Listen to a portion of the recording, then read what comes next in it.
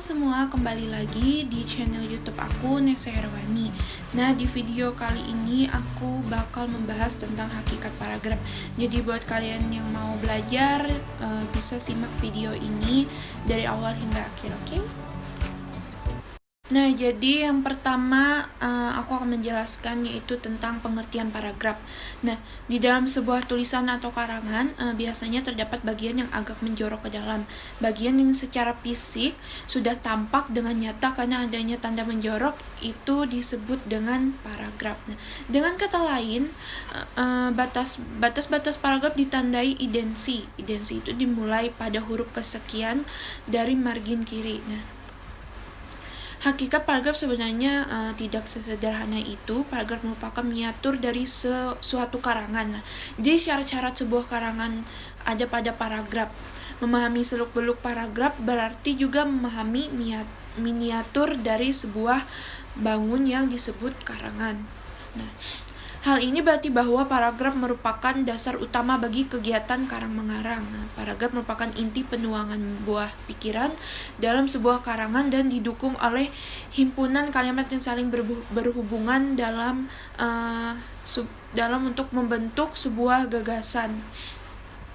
Lalu, dalam sebuah karangan atau tulisan, paragraf mempunyai fungsi memudahkan pengertian dan pemahaman. Dalam memisahkan satu topik atau tema dengan topik atau tema yang lain, karena setiap paragraf hanya boleh mengandung satu unit pikiran atau ide pokok. Nah, ide pokok tersebut berfungsi sebagai pengendalian informasi yang diungkap melalui sejumlah kalimat. Jadi gitu pengertian dari hakikat paragraf. Lalu yang kedua yaitu gagasan utama dan kalimat topik. Dalam sebuah paragraf, ini permasalahan terdapat pada topik utama atau pikiran utama. Semua pembicara dalam paragraf terpusat pada pikiran utama. Pikiran utama inilah yang menjadi pokok persoalan atau pokok perbincangan, sehingga juga sering disebut gagasan pokok. Nah, gagasan utama atau ide pokok, gagasan utama tersebut dikemas dalam sebuah kalimat topik. Fungsi kalimat topik sangat penting, yaitu memberitahu kepada pembaca mengenai apa yang diperbincangkan di dalam paragraf itu. Nah, bagi penulis kalimat, topik berfungsi sebagai pengendalian atau pengontrol terhadap permasalahan yang akan dibicarakan di situ. Dan kata lain, kalimat topik berfungsi sebagai pemberi arah terhadap semua permasalahan yang ditulis di dalam paragraf tersebut. Nah, bagi paragraf itu sendiri, kalimat topik berfungsi sebagai sandaran bagi kalimat-kalimat lain di dalam paragraf itu. Kalimat-kalimat lain akan selalu bertolak dari gagasan yang terdapat di dalam topik itu. Semua kalimat yang membina paragraf itu secara bersama-sama menyatakan suatu hal atau satu tema tertentu. Dalam pembuatan paragraf, lalu gagasan utama yang dituangkan dalam kalimat topik dapat diletakkan pada awal, akhir, lalu dan di tengah, atau dapat pula menyebar ke seluruh bagian paragraf. Nah, secara umum, paragraf yang efektif mempunyai ciri-ciri, yaitu yang pertama yaitu mengandung satu gagasan utama yang dijelaskan dengan beberapa pikiran penjelas. Lalu yang kedua, pikiran penjelas yang betul-betul mendukung gagasan utama. Lalu yang ketiga, gagasan utama dan penjelas yang dikemas dalam kalimat yang lugas dan efektif. Lalu keempat yaitu kalimat yang satu berkaitan serasi dengan kalimat yang lain dalam sebuah paragraf. Jadi itu. Lalu yang ketiga, struktur paragraf. Nah, apa aja struktur paragraf? Jadi seperti yang telah diuraikan pada bagian sebelumnya, bahwa dalam membuat paragraf kalimat topik harus dikembangkan dengan kalimat-kalimat penjelas. Nah, kalimat-kalimat penjelas tersebut berfungsi mendukung, menjelaskan, dan mengembangkan kalimat topik. Kalimat-kalimat semacam itu lazim disebut kalimat pengembang. Dalam paragraf, tingkat keeratan hubungan antar kalimat-kalimat pengembang dan kalimat topik berbeda-beda. Ada kalimat-kalimat pengembang yang langsung menjelaskan kalimat topiknya, namun ada pula kalimat-kalimat pengembang yang tidak secara langsung menjelaskan kalimat topiknya. Jadi seperti itu struktur paragraf. Lalu paragraf yang baik itu seperti apa? Pengembangan paragraf seperti yang telah diuraikan pada bagian sebelum tentu saja disesuaikan dengan maksud atau tujuan penulis itu. Di samping itu, sebuah tulisan dapat pula disusun menurut urutan dari umum yang ke khusus atau dari yang khusus ke yang umum. Nah, dalam keseluruhan tulisan itu ada bagian pembuka atau ancang-ancang, lalu bagian isi itu penjabaran, dan bagian penutup. Pada keseluruhan bagian yang memberikan rambu-rambu. Nah, rambu-rambu yang dimaksud itu seperti apa sih? Jadi rambu-rambu yang dimaksud adalah penanda hubungan antar bagian yang sangat mutlak diperlukan untuk membangun paragraf yang baik. Jadi seperti itu ya, rambu-rambu yang dimaksud. Lalu secara umum rambu-rambu paragraf yang baik meliputi kesatuan, kepaduan, kelengkapan atau ketuntasan, lalu keruntutan dan konsistensi. Lalu perincian mengenai rambu-rambu atau syarat-syarat paragraf. Nah, apa itu rambu-rambu dan syarat-syarat paragraf? Yaitu sebagai berikut. Yang satu yaitu kesatuan paragraf. Kesatuan paragraf salah satu hal yang mendasar untuk diperhatikan. Jadi penulis adalah kesatuan paragraf. Kesatuan berkaitan dengan adanya sebuah gagasan utama dan beberapa gagasan tambahan atau penjelasan yang mendukung gagasan utama. Itu dalam gagasan tambahan tersebut tidak boleh terdapat unsur-unsur atau informasi yang sama sekali tidak berhubungan dengan gagasan pokok. Lalu penyimpangan informasi dari gagasan utama akan menyulitkan pembaca. Jadi semua gagasan tambahan dalam paragraf harus membicarakan gagasan utama.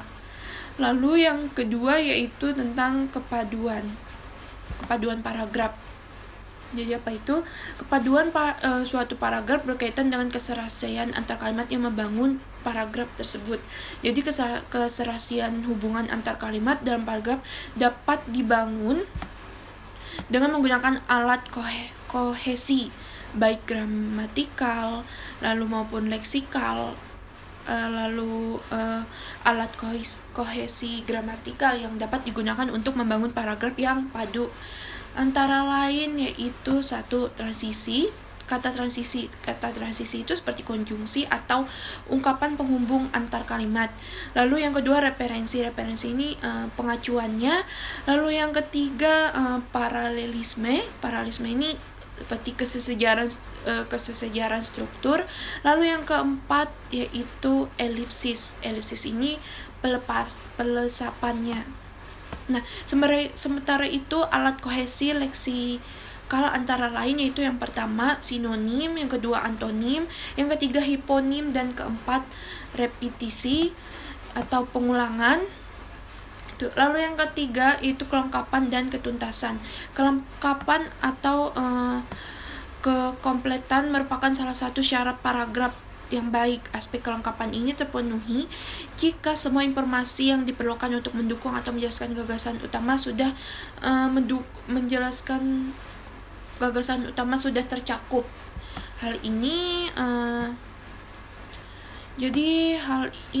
berarti bahwa gagasan utama dalam paragraf harus dikembangkan sesuai dengan informasi yang diperlukan dan dituntun oleh gagasan utama. Nah, dengan itu pembaca akan memperoleh informasi secara utuh. Nah, lalu yang keempat yaitu keruntutan. Apa sih itu keruntutan? Jadi keruntutan itu sebuah paragraf dikatakan runtut jika uraian informasi disajikan secara urut. Nah, tidak ada informasi yang melompat-lompat sehingga pembaca lebih mudah mengikuti jalan pikiran penulis. Jadi keruntutan paragraf itu ditampilkan melalui hubungan formalitas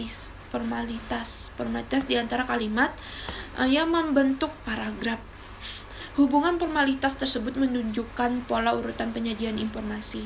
Ada beberapa model urutan informasi seperti urutan tempat, urutan waktu, urutan khusus umum, urutan tingkat, urutan apresiatif, terus urutan sebab akibat, dan urutan tanya jawab. Nah, yang kelima yaitu konsistensi. Nah, konsistensi ini sudut pandang adalah cara penulisan menempatkan di dalam karangannya. Dengan kata lain, sudut pandang dapat diartikan sebagai cara penulis atau pengarang menempatkan dirinya terhadap cerita atau karangan. Atau dari sudut mana penulis memandang ceritanya. Sudut pandang ini dalam suatu karangan bisa berupa perspektif yang hendak dibangun penulis. Terus berikut ini merupakan beberapa sudut pandang yang dapat digunakan penulis dalam karang. Yang pertama yaitu sudut pandang orang pertama, biasanya menggunakan kata ganti aku atau saya. Dan sudut pandang ini penulis seakan-akan terlibat dalam cerita dan seolah-olah bertindak sebagai tokoh cerita. Jadi seperti itu yang sudut pandang orang pertama. Yang kedua yaitu sudut pandang orang ketiga, biasanya menggunakan kata ganti orang ketiga seperti dia atau nama orang yang menjadi tokoh dalam cerita. Lalu yang ketiga yaitu sudut pandang pengamat yang menempatkan penulis sebagai pengamat serba tahu yang bertindak seolah-olah mengetahui segala tingkah laku dan peristiwa yang dialami tokoh. Jadi itu sudut pandang yang pengamatnya.